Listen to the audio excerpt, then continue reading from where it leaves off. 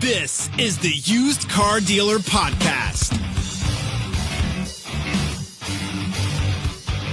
Hello, Zach here again, and we have an awesome guest back on the podcast for a second time, Bob Voltmann, who's the CEO of the NIADA. In fact, last month, we were at the NIADA show in Las Vegas. Awesome show. Bob, thanks so much for joining the podcast again today. Oh, thank you for having me. So let's get started. And for the dealers listening, what has your first year and a half or so been like as the CEO of NIADA, and what have you learned?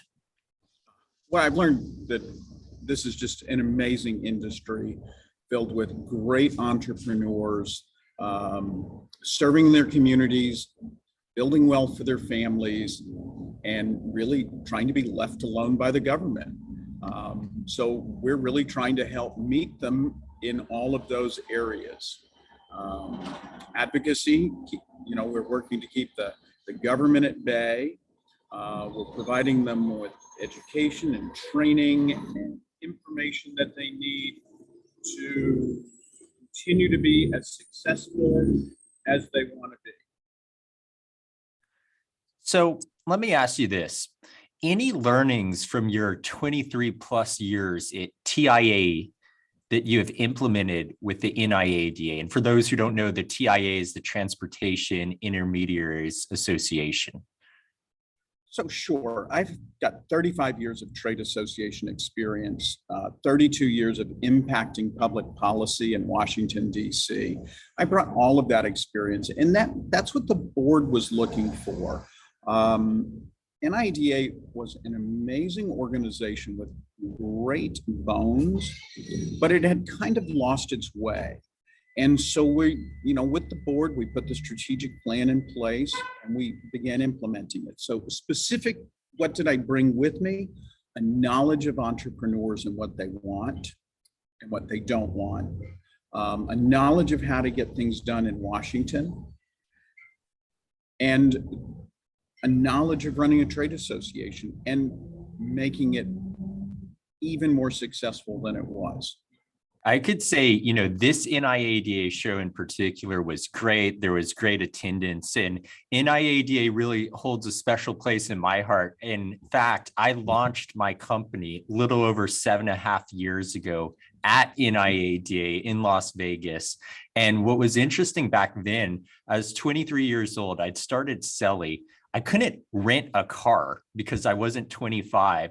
So as we were getting the TVs and everything for the trade show, I was stuck off the strip at a Target because taxis weren't serving, that area. So everything in the auto industry, the transportation space, it's come a long way, since even in the past, 8 to 10 years. And I really think NIADA has come a long way as well. And you're doing a great job kind of continuing and building more momentum, with this association.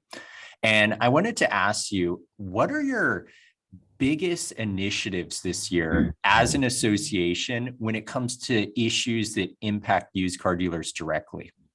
So there's a huge issue. I talked about it at convention. We are at the table in Washington. So there's an old saying, you're either at the table or you're on the menu.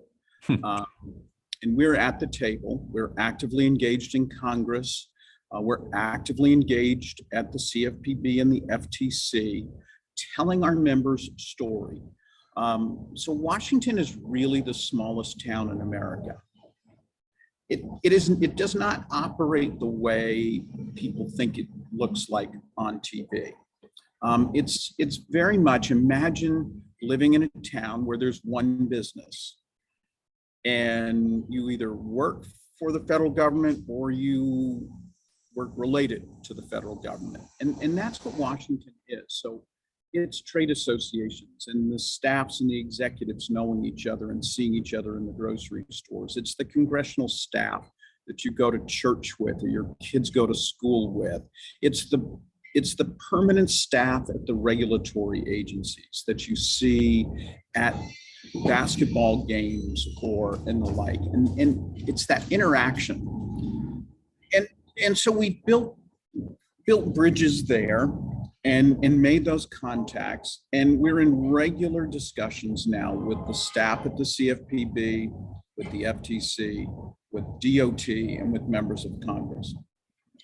That said, while we are working cooperatively with those agencies, telling our members' story, we're also very concerned about regulatory overreach. And we're very excited and pleased that the Supreme Court in the Environmental Protection Agency, the West Virginia case, and several circuit courts have smacked down regulatory agencies that have decided their Congress. The Constitution, Article 1, Section 1, gives the, and Section 2 give lawmaking authority to Congress alone. And only Congress can cede that authority. And if it hasn't made a clear, ceding of that authority, then that agency can't do what it is doing. So we're taking this two-part approach with the regulatory agencies. We're building those bridges, working cooperatively, but we're also working to check their unchecked power. Makes sense. In 2022, it's been another roller coaster of the year for the auto industry, especially used car dealers. What have you observed from your lens at NIADA in terms of the used car marketplace and performance of used car dealers in 2022? Well, what these guys are resilient and flexible. Maybe that's the same word. But they're adapting to their marketplace. They don't have those high fixed overheads that the franchise dealers do, but they also don't have some of the nets that the franchise dealers do. So they're having to weigh these waters a little more carefully, but they're doing it. And we're their backstop. We're their team behind them to help them do that. So we've seen them weather the chip shortage because they don't sell new cars. They've weathered they've found inventory. They've some of them have reached lower than they would have normally, but they've done it.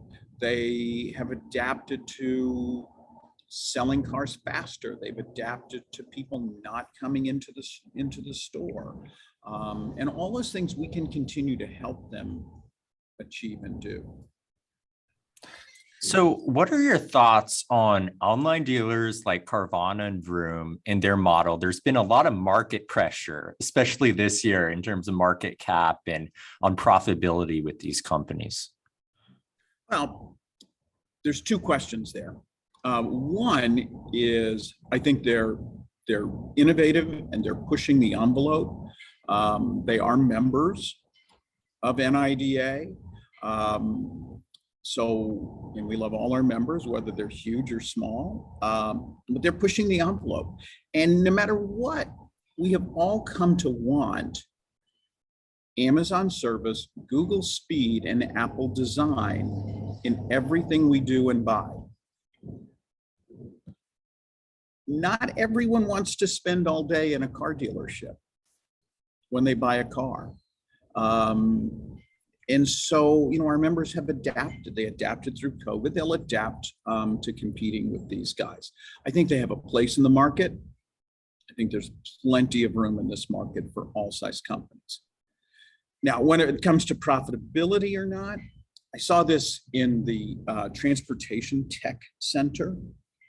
There's a difference between California money and New York money.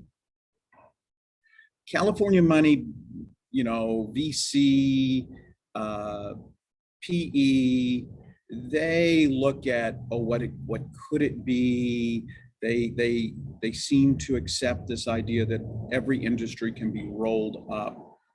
Then those companies go public, and that money's now being managed on Wall Street. And Wall Street wants to see profits. They don't want to hear a story. They want to see numbers.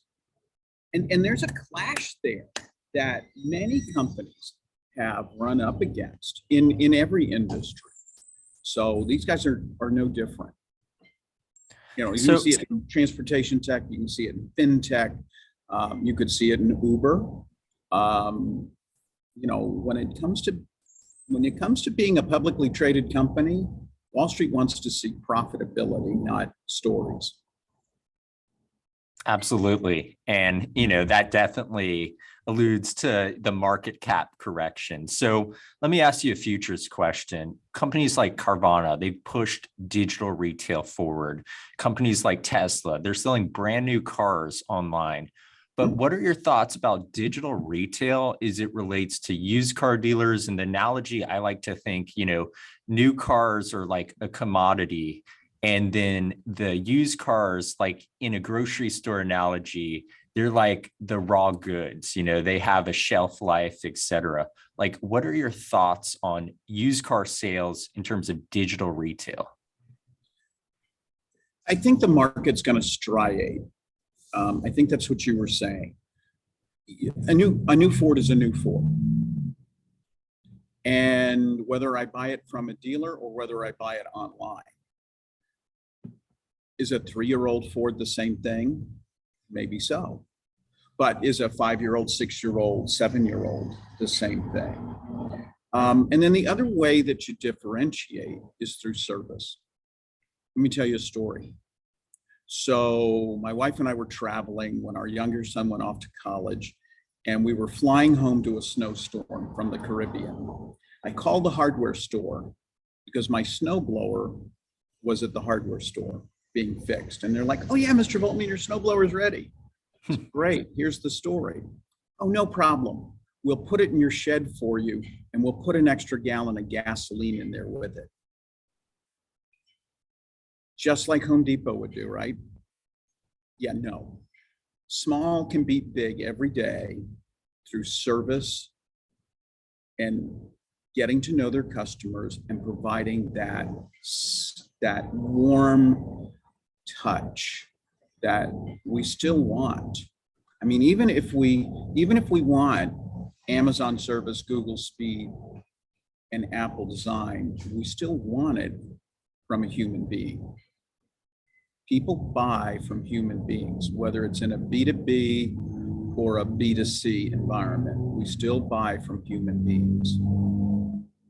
And when you're buying an older vehicle, you're going to want somebody who knows about that vehicle. And do you want to buy it from somebody whose only job it is to sell and they don't care whether they see you again? Or do you want to buy that car from somebody whose name is really the name that's on the building, who gets to know you and wants Zach to come back, and wants Zach's wife to come back, and Zach's kids to come back? And that's not going to happen if I don't take care of Zach. It's a good point. Like, customer service, customer experience is huge right now. It's their superpower. Correct. And let me ask you a question. Is you look at the rest of 2022 and what's coming down the pipeline for used car dealers, what are your predictions? Well, we still have a chip shortage. Congress has not passed the CHIPS Act, which would provide federal incentive for building chips in North America. And you have several of the major Taiwanese chip companies looking for that investment to move forward with their investments here in the States. Even if you do that, we have a severe employment problem in the United States. We don't have enough people to support a $30 trillion economy. We need more people working, and we need more immigrant labor coming into the marketplace to work. All of those factors are going to keep this, and then you factor in the fact that we went from being the world's largest producer of oil and natural gas to being back to a beggar state again. The world commodity of wheat. I mean, there's just turmoil, and in turmoil, The economy is going to remain unsettled through 23, I believe. We're already in recession. The government just hasn't admitted it. Oil prices are not, the only thing that's going to bring oil prices down is more production. And the only country who can spin up production, well, there's two, the United States and Canada. But we have political class that doesn't have the will to confront their base to do that. They'd rather blame the service station owners who make pennies a gallon. They make much less than the federal government does per gallon. Or blame Russia because we stopped drilling for oil.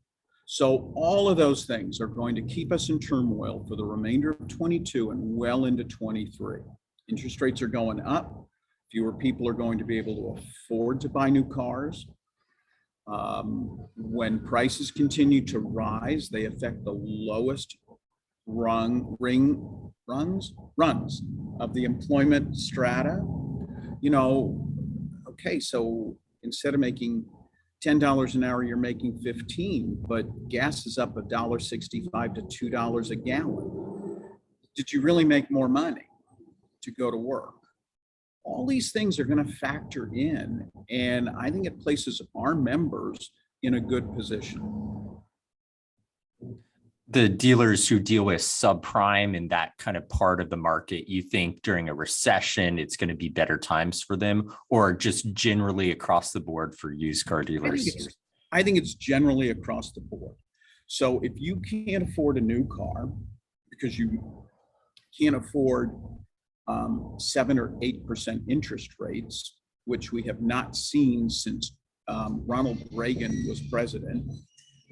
Those were Carter era rates back in the late 70s.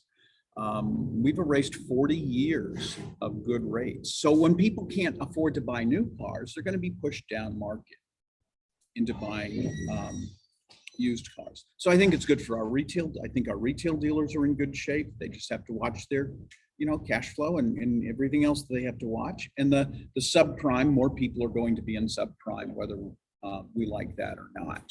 So it's going to be good for the subprime markets. And do you think the rising gas prices, for instance, I'm in San Francisco, I have to pay over $7 a gallon, $130, you know, to fill up my car each week. Do you think the rising price of gas is going to push consumers to consider EV vehicles, or maybe not buy SUVs and pickup trucks that historically aren't as well, you know, miles per gallon on gas? Like, what are your thoughts on like the commodity, you know, price increase, especially with gasoline, and the impact on the consumer and what purchase decisions they make in terms of inventory? It will have an impact. It will have an impact where it can. You know, I just drove 250 miles from Dallas to Houston with my air conditioner blasting, because when I left Dallas at 8 this morning, it was already 98 degrees. Houston is relatively cool at 93. I wouldn't have made it on a single charge. And so instead of it being a 3-hour trip, how long would it have been? There's a market for EVs, but it's not a mass market right now. And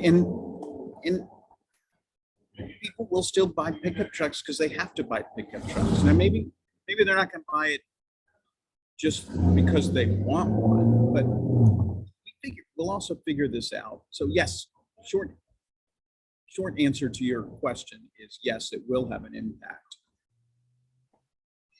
And, you know, lastly, anything exciting you want to announce or mention about the NIADA, maybe upcoming events for, you know, the dealers listening to the podcast? Sure. So we had a great convention. We actually had more dealers in 2022 than we had in 2019, which is a huge accomplishment. We introduced our new 365-day-a-year app, which puts NIDA and the power of NIDA in the palm of their hands, with a virtual trade show all year long. It will eventually have the state auction coupons in it, our own closed members only communication portal. We introduced our new certified pre-owned program, starting with 5 administrators, and we can add more. Digital inspections through Carketa, banking, logistics, national recognition by Carfax, our own consumer-facing web portal for selling vehicles. This is a huge new tool for our members. And we have our 20 group program to help, which is dealers helping dealers be better dealers. So all of those things, we're the team behind them. My independent hardware store had ACE or True Value. Independent auto dealers have NIADA. Well said. And Bob, really appreciate you coming on the podcast today. Excellent episode, great insight, especially all the context in Washington that I think a lot of dealers may not be aware of. So appreciate you coming on the podcast today. Thanks for having me.